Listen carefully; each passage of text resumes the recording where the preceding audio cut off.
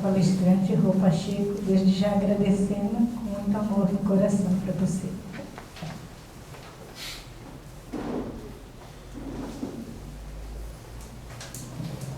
Boa noite a todos, nossos votos de paz e nosso abraço fraterno de sempre. Então, nossas reflexões da noite se darão em torno do tema mediunidade. Então, compreendendo a mediunidade.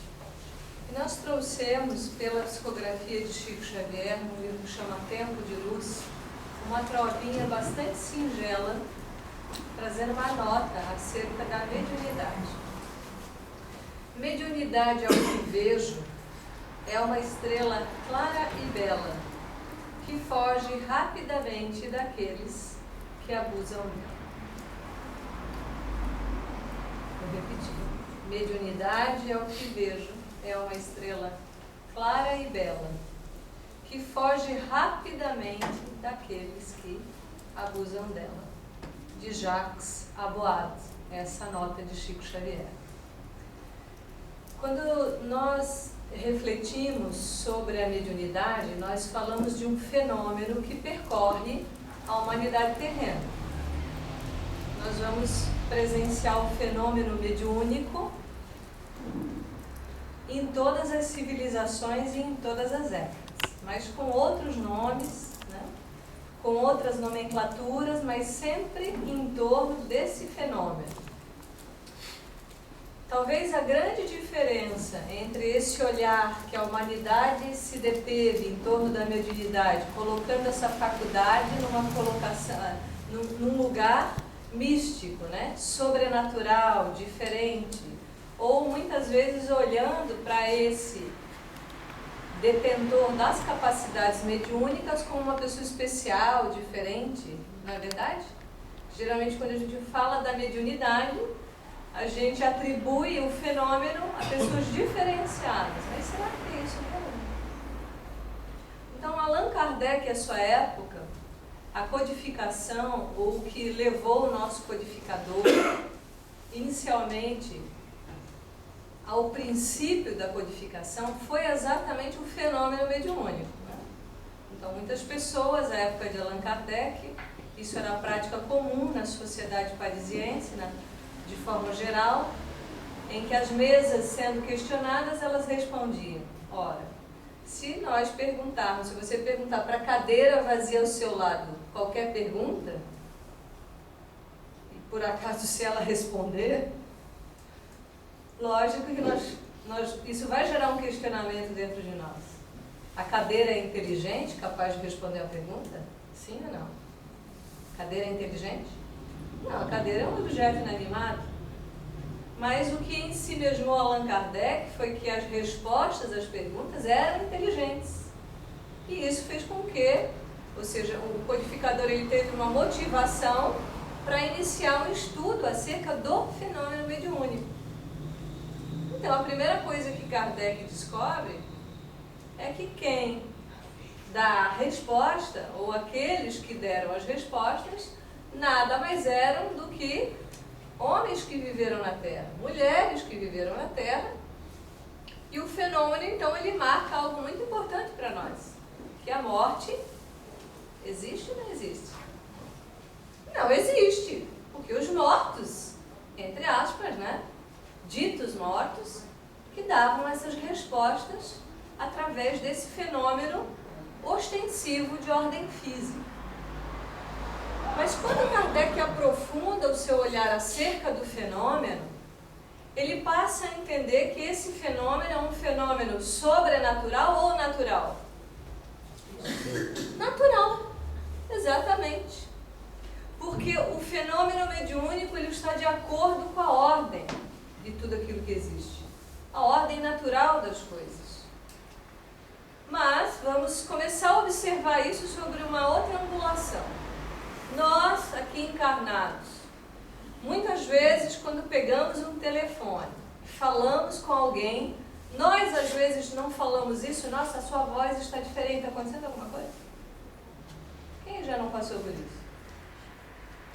De ouvir a voz, sente, de alguma maneira, que aquela pessoa que você não está vendo, mas você sabe que ela não está bem.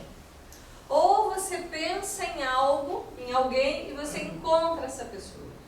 Ou você deseja algo e isso chega às suas mãos.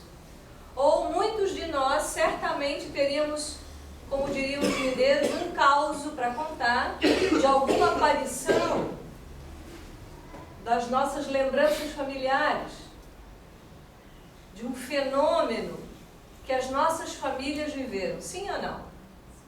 Quem já não experimentou dessas coisas que citei? Então, Allan Kardec, quando ele vai definir o médium, ele já traz uma outra perspectiva em relação ao fenômeno. E ele vai dizer assim: todo aquele que sente num grau qualquer a influência dos espíritos é por esse fato médium. Nós somos o que aqui encarnados? Somos espíritos encarnados, certo?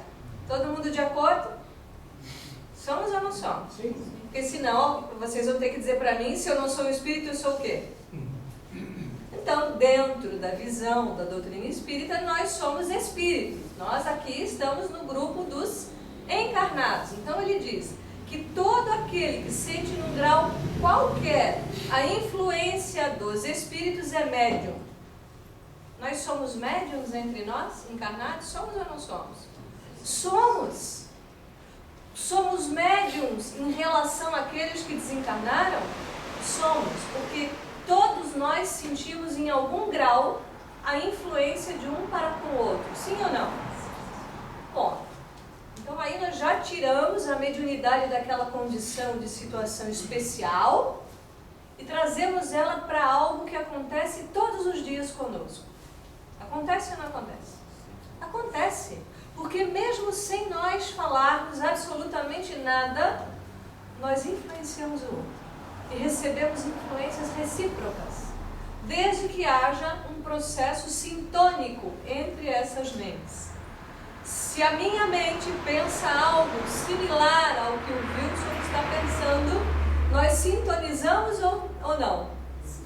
Sim. Se a minha mente pensa algo semelhante ao que o Douto pensa, nós sintonizamos ou não? Sim. Então as mentes, elas se sintonizam pelo tipo de pensamento que tem. Muito bem. Todos nós somos médiums? Somos. Todos nós somos. Porque isso é inerente ao espírito imortal.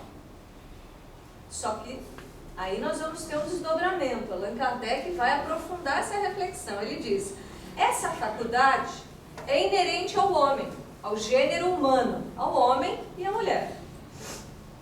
Não constitui, portanto, um privilégio exclusivo. Não é um dom.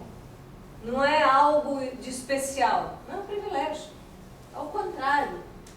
Quem vem com muitas faculdades mediúnicas é um grande devedor, porque raros são aqueles que vêm com uma mediunidade em missão, mas muitos são aqueles que vêm com uma mediunidade de resgate, provacional, difícil, porque assim é.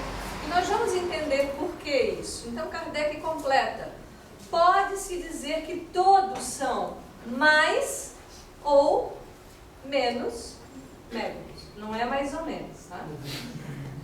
Um médium mais ostensivo, que tem mais características, mais aptidões mediúnicas, e o outro, como diz a minha amiga do trabalho mediúnico, eu sou uma pedra, não sinto nada. Mas sente. Todos nós sentimos em algum grau, todos nós vivenciamos essas experiências mais do que imaginamos. Pois bem, mas agora, em se tratando da questão mediúnica em si, e especialmente olhando agora para aqueles médiuns que têm a capacidade de ouvir, de ver, aqueles médiuns que muitas vezes vão psicografar, como o caso do Chico Xavier, um médium de psicografia, um médium de psicometria, que coloca a mão no objeto e que é capaz de descrever toda a história daquele objeto. Que entra num lugar e pode falar de vários fatos que aconteceram nesse ambiente. Então, há mediunidades em matizes muito extensos, mas dizem os espíritos que quando nós definimos o nosso processo reencarnatório, Deus muitas vezes vai nos dar uma possibilidade, um plus, algo a mais. E muitas vezes nós vamos definir nesse projeto reencarnatório esta ou aquela faculdade mediúnica. Porque os espíritos complementam o seu raciocínio. Porque se muitas vezes, diante de todas as oportunidades que já tivemos, nós não conseguimos nos retificar, muitas vezes nós vemos com essa mediunidade para ganhar 2 encarnações em uma, mais ou menos assim. Mas isso depende muito da forma como nós vamos vivenciar o fenômeno. Então, Allan Kardec, nessa perspectiva de dizer que todos somos médiuns, porque nos sentimos igualmente, sentimos os outros desencarnados, porque são pessoas como nós, a única diferença é que não tem um corpo físico. E que uns têm mais sensibilidade, e que muitas vezes programam isso, porque o corpo deve estar de acordo com as mediunidades que eu terei. Então é um processo de ordenação que começa já na compilação física. As estruturas cerebrais devem estar de acordo com as aptidões mediúnicas. Então aquela história de querer desenvolver algo que não tem, não dá. Certo? Nós podemos pensar em desenvolvimento mediúnico a partir da faculdade que eu já detenho. Ou seja, o desenvolvimento é um refinamento dessa faculdade. Tudo bem? Estamos entendendo? Ou não? Vocês façam assim, estão entendendo? Assim, nada. Estão entendendo? Então, Kardec para com essa história de dizer que a pitonisa é a pessoa que tem uma aptidão a mais, é uma pessoa diferente. Tira-se o fenômeno daquela condição de algo sobrenatural, porque isso pode acontecer com qualquer um de nós. E muitas vezes nós pensamos, a gente tem 2 times dentro da questão mediúnica. Os que morrem de medo de ver espírito, que não querem nem saber, Deus me livre de ver um espírito, eu sair correndo. Como se nesse momento sofre de uma amnésia e esquece que é um espírito, que daqui a pouco vai desencarnar e que também pode aparecer para qualquer outro médium. Os que morrem de medo da mediunidade. E aqueles que falam, eu queria ver, eu queria psicografar, eu queria tudo. Mal sabendo que isso indica grandes compromissos e graves compromissos. Porque aquele médium que vem com uma ostensividade, ele é muito comprometido. Analisando, por exemplo, a mediunidade de Ivone do Amaral Pereira, que foi sem sombra de dúvida uma criatura que teve e tinha muitas capacidades mediúnicas, comparava-se a mediunidade dela de Chico Xavier e realmente era algo fantástico. E que veio numa condição provacional, mas que ao cabo da sua existência, 84 anos de vida, foi quando ela desencarnou, percebeu-se ali uma mudança drástica na vida desse espírito. De uma mediunidade provacional, ela desencarna como uma médium que cumpriu plenamente a sua missão. Foi uma vida exitosa. Mas muitas vezes, muitos se perdem nesse caminho, porque se acham especiais. E aí está o grande perigo para o médium. Se acha diferente do outro. Mas na verdade a mediunidade, ela é um serviço. Porque aquele que detém mais faculdades veio para servir. E segundo Jesus, na sua concepção e na nossa, dos espíritas, nós devemos dar gratuitamente daquilo que nós recebemos gratuitamente. Disso nós não podemos tirar nenhum proveito, absolutamente de nada. Porque o trabalho espírita é um trabalho de serviço, de servir ao próximo, de servir ao bem comum. Ser médium é um processo de doação. Inclusive um processo de redenção. Então nós vamos observar também na figura daí de uma mediunidade missionária, que é de Chico Xavier, que quando questionado, ele já estava com 60 anos de mediunidade, E um repórter pergunta a ele: Chico, o que significa para você 60 anos de mediunidade? Ele diz: 6 minutos. Isso é um médium maduro, isso é uma grande alma, dando uma resposta. Porque dizer que 60 anos de serviço no bem significa 6 minutos, ele está dizendo assim: eu não sei nada, eu não fiz nada. E muitas vezes nós vemos médiums tirando proveito da sua mediunidade. E nós confundimos médiums com espíritas, infelizmente. Qualquer pessoa pode ter mediunidade. Protestante, evangélico, ateu, não há idades para isso tampouco. Então qualquer um. Mas isso não significa que a pessoa seja espírita. Então nós vemos pessoas com grandes capacidades mediúnicas, mas falhando no seu trabalho. Porque faz mau uso da faculdade. Nós vamos repetir aquela frase: mediunidade, ao que vejo, é uma estrela clara e bela. Olha que linda essa definição. E é uma estrela clara e bela. É a proposta de Jesus para nós quando Ele nos solicita que façamos brilhar a nossa luz na terra.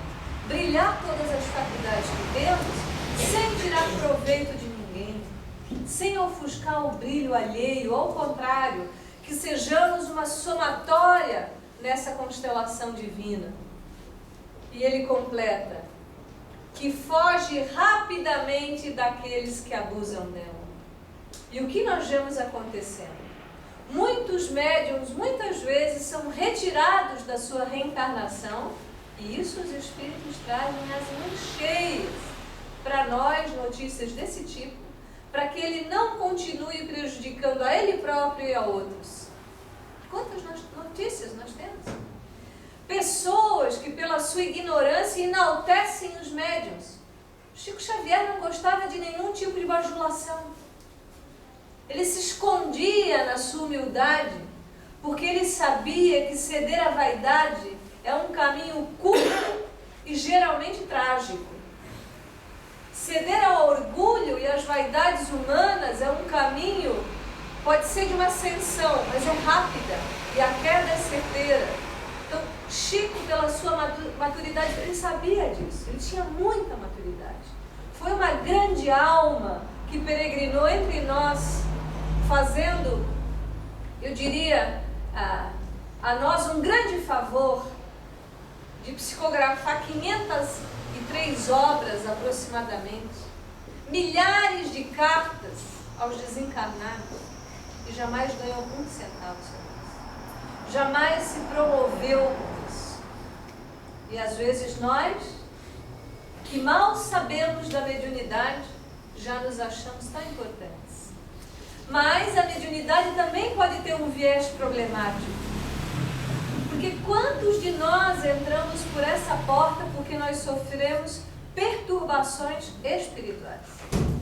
Muitas vezes viemos à casa espírita atormentados pelas obsessões, que é a mediunidade totalmente em desequilíbrio.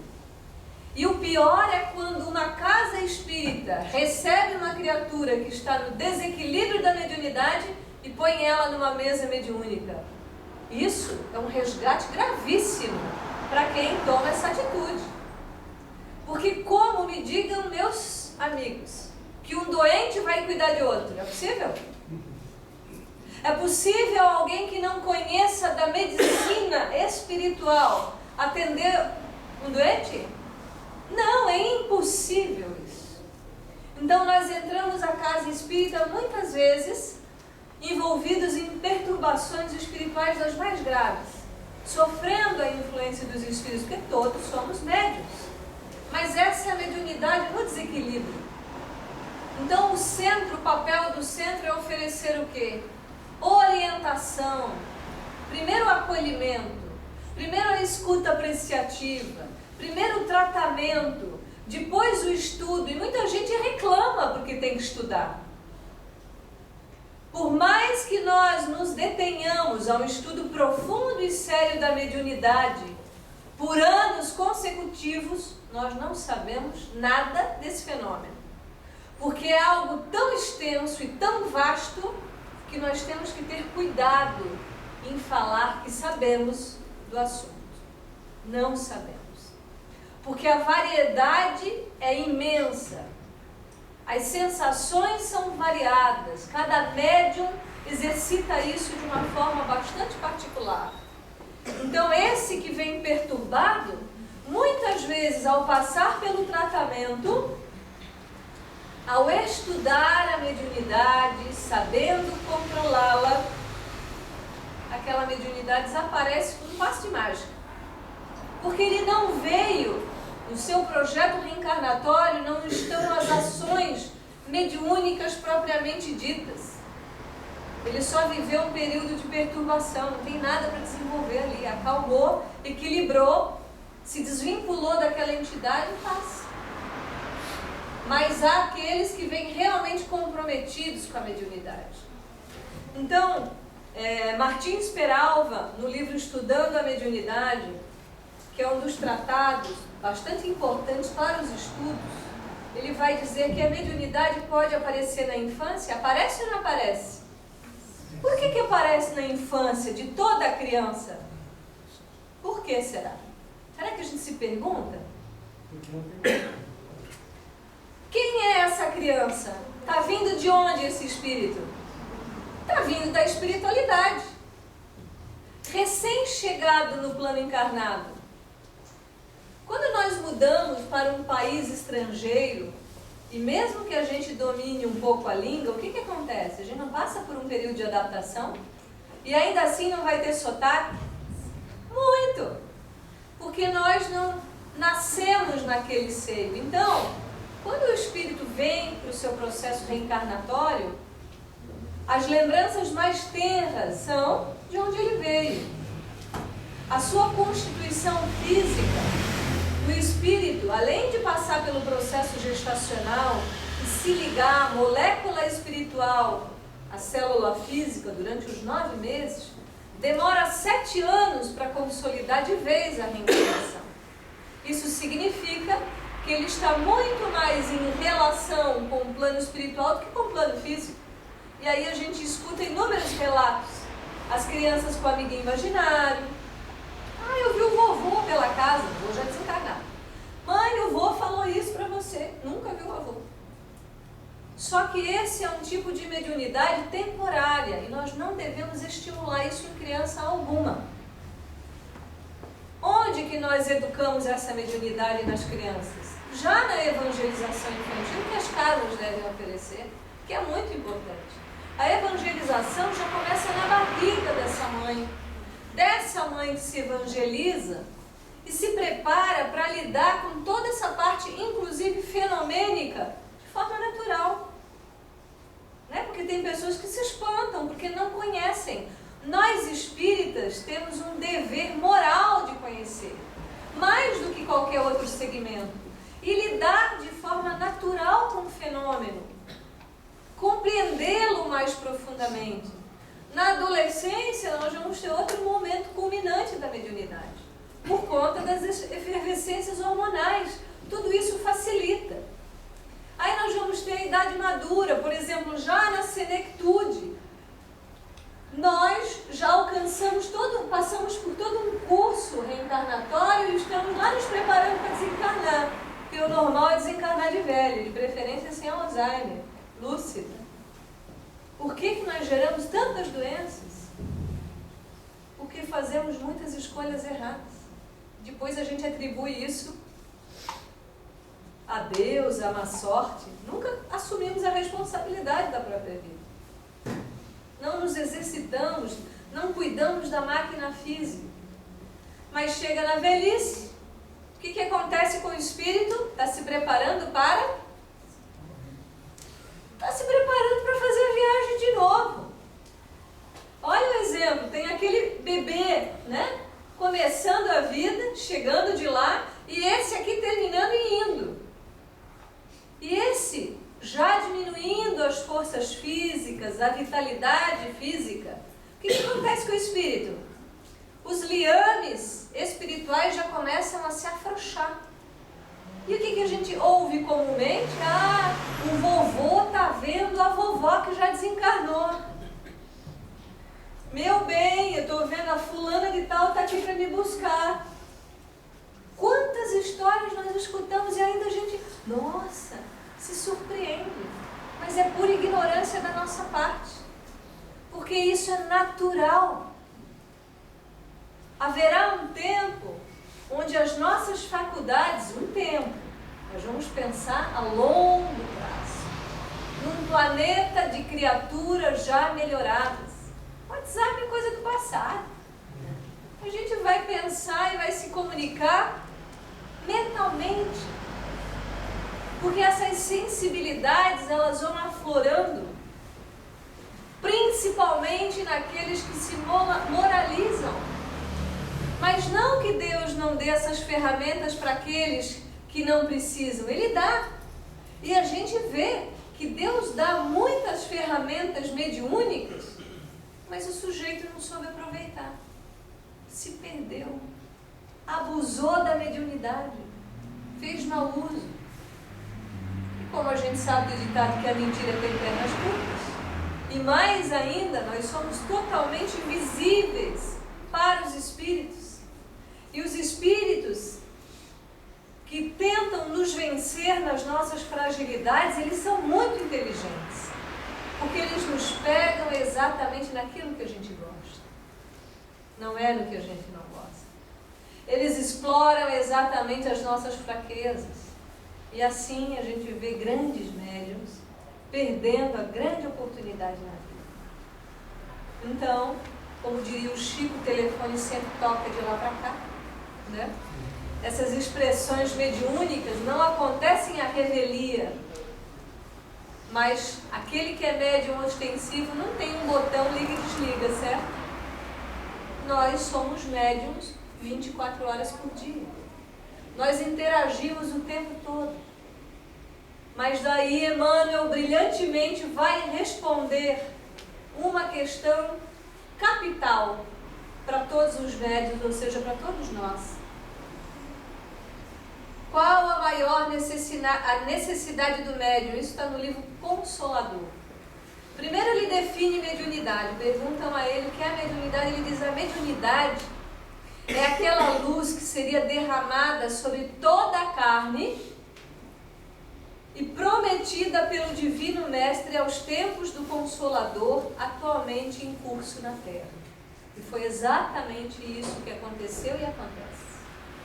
Ele diz que a mediunidade é aquela luz derramada sobre toda a carne, todos nós, exatamente para promover um alavancamento, não da mediunidade, mas da nossa condição moral.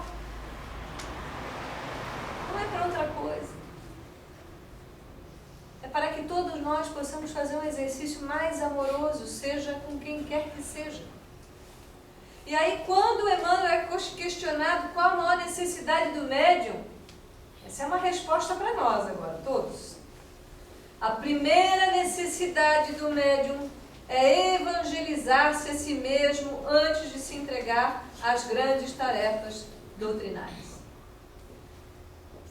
E às vezes nós temos a petulância, muitas vezes, de chamar meu irmãozinho na mesa mediúnica. É meu irmão, seja bem-vindo. Porque vejamos, olha, particularmente eu quase entro num êxtase quando eu penso, né? Porque, veja só, nós temos uma reencarnação. Nós temos psicólogos, terapeutas, a gente tem tanta ferramenta enquanto a gente está encarnado. Ho'oponopono, prece, passe, estudo na casa espírita. O que não falta é ferramentas para nos ajudar a exercitar o nosso autoconhecimento e nos melhorar. Mas tudo bem, mesmo assim a gente desencarna capenga. E qual é a função do grupo mediúnico? Recebe os espíritos para falar do quê? Das suas queixas. Porque eu quero matar o fulano. Porque eu quero me vingar do outro.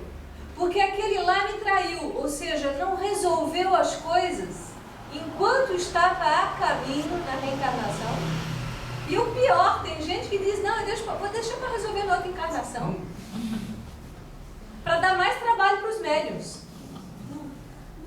Por quê? A gente tem que entender assim, vai dar mais trabalho para os médiuns. Por que não aproveita a oportunidade? Por que não se evangeliza? Qual é o nosso maior dever como médiuns? Nos evangelizar. Ou seja, tomar a proposta do Cristo, tirá-la da prateleira e colocá-la em prática nas nossas vidas. Porque nós vamos viver esse fenômeno de forma abundante nas nossas vidas. E eu peço a permissão da casa para compartilhar algo muito pessoal que aconteceu conosco. Certa vez, íamos fazer um trabalho à noite e estacionamos o carro na garagem do prédio. Pela mediunidade, nós detectamos as presenças espirituais naquele ambiente. Fizemos a prece, seguimos o trabalho. Na hora de pegar o carro, a nítida sensação, um homem sentado ao lado, o maior cheiro de cigarro. Cheiro de cigarro, porque a gente desencarna como? Com seus hábitos. Se é um fumante, vai desencarnar não fumante? Claro que vai desencarnar fumante. E ainda vai procurar alguém que fume para se refestelar daquelas energias. Por que a gente não faz um esforço para superar as coisas? E eu sei que é difícil. Mas difícil é para todo mundo. Porque o Espiritismo é para as pessoas que estão dispostas a enfrentar o quê? Os seus dramas internos. As suas dificuldades. Eu não vim para consertar ninguém, eu vim para consertar a mim mesmo. O Espiritismo é para o indivíduo, para a individualidade. E aí, chegando em casa, a minha filha do meio, ela não sente nada. Ela não é médium ostensiva. Cheguei em casa, ela falou, mãe, que cheiro de cigarro é esse? Eu falei, nós vamos sentar, calmamente, vamos fazer um evangelho e vamos fazer uma prece por esse irmão que veio comigo hoje. E assim nós fizemos. Porque é isso que nós temos que fazer. Como que nós vamos interceder por alguém se nós não conhecemos, mal nos conhecemos? Não sabemos nem que tipo de comida faz mal para esse corpo. E aí a gente quer ser o top do médium? Não é meio fora da realidade? Então a gente fez o evangelho. Fizemos a prece. E os espíritos benfeitores vieram acorrer esse irmão. Porque a espiritualidade, ela nunca se priva de ajudar ninguém, desde que tenha condições para isso. Porque às vezes o espírito que é reticente no mal, ele aguarda uma brechinha para poder ser atendido. Às vezes é aquele momento de arrependimento, uma reflexão pálida, que a espiritualidade toma muitas vezes de nós, médiums, porque nós temos a ideia infantil, a gente fecha a porta da casa e acha que não entra ninguém mais. Não entra o desencarnado. Ou melhor, não entra o encarnado.